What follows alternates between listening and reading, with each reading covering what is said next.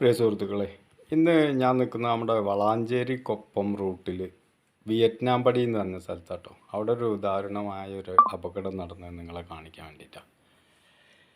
ഇവിടെ ഈ വിയറ്റ്നാം പടി കണ്ട ആളുകൾക്കറിയാം, നല്ലൊരു ടേണിംഗ് ആണ് കേട്ടോ. ഒരു തരത്തിലും വണ്ടി ഓവർടേക്ക് ചെയ്യാൻ പറ്റാത്ത ഒരു ടേണിംഗ് ആണ് ഇവിടെ.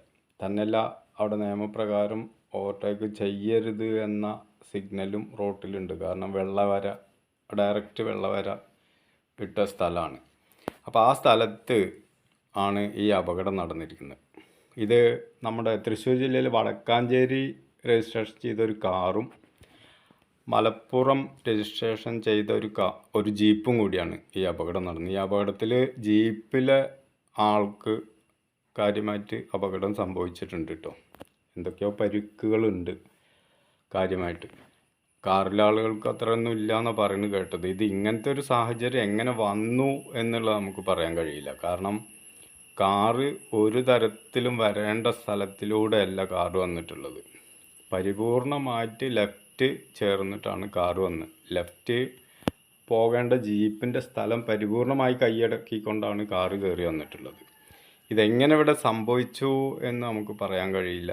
അപ്പോൾ നമ്മൾ ഇത് കണ്ടപ്പോൾ തോന്നിയൊരു കാര്യം എന്താണെന്ന് വെച്ചാൽ, ഡ്രൈവിംഗ് എന്ന് പറഞ്ഞാൽ നമ്മൾ കുറച്ച് പൈസ ഉണ്ടാക്കി ഒരു വണ്ടി മേടിച്ച് ഡ്രൈവിംഗ് പഠിക്കുക, വണ്ടി ഓടിക്കുക എന്നുള്ളത് മാത്രമൊന്നുമല്ല. അതിനേക്കാൾ കൂടുതൽ റോഡിലെ നിയമങ്ങൾ പരിപൂർണമായും പാലിക്കുക, അത് പാലിക്കപ്പെടേണ്ടതാണ് എന്നതുകൂടി മനസ്സിലാക്കിക്കൊണ്ട് വേണം വണ്ടി ഓടിക്കാൻ. കാരണം നിങ്ങൾക്കറിയാം, ആ ജീപ്പിൻ്റെ സൈഡാണ് ഫുള്ള്, ആ ജീപ്പ് പോകേണ്ട സൈഡാണ്. ജീപ്പുകാരനെ ഒട്ടും ഒന്നും പറഞ്ഞിട്ട് കാര്യമില്ല. ജീപ്പുകാരൻ കാണുക പോലും ഇല്ല. അത്രയും കയറിയിട്ടാണ് ആ കാറ് അവിടെ വന്നിട്ടുള്ളത്. അപ്പോൾ ജീപ്പുകാരൻ്റെ മുന്നിൽ ജീപ്പുകാരൻ്റെ സൈഡ് പോകുക എന്നല്ലാതെ വേറെ വഴിയില്ലല്ലോ. കാരണം ജീപ്പുകാരൻ ഈ വണ്ടി വരുന്നത് കാണില്ല, പിന്നെ അയാൾ എന്ത് ചെയ്യാൻ?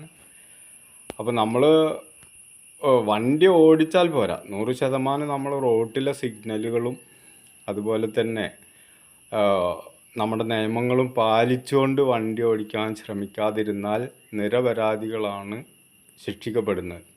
കാരണം ഈ മറ്റേ ജീപ്പിലെ ഡ്രൈവർ ഒരു തെറ്റും ചെയ്തിട്ടില്ല. കാണുമ്പോൾ തന്നെ നമുക്കറിയാം. ഇനി ഇവിടെ മറ്റെന്ത് സാഹചര്യം ഉണ്ടായി എന്നുള്ളത് നമ്മൾ അവിടെ ഉണ്ടായിരുന്നില്ല കേട്ടോ. ആ അപകടം നടന്ന് ഈ ഒരു ഇതിലെത്തിയപ്പോഴാണ് ആദ്യത്തെ പിന്നെ ജീപ്പിലത്തെ ആളുകളൊക്കെ ഹോസ്പിറ്റലിൽ കൊണ്ടുപോയിരിക്കുന്നു. പിന്നെ കാറിൽ ആരും ഇല്ല. അപ്പോൾ അങ്ങനത്തെ ഒരു സാഹചര്യത്തിലാണ് നമ്മൾ കാണുന്നത്. പക്ഷേ ഏത് സാഹചര്യമാണെങ്കിലും ഇവിടെ കാണുന്ന ആളുകൾക്ക് ഒരു തരത്തിലും കാറുകാരനെ ന്യായീകരിക്കാൻ പറ്റാത്ത ഒരു സ്ഥിതിയിലാണ് കിടക്കുന്നത്. ഓക്കെ.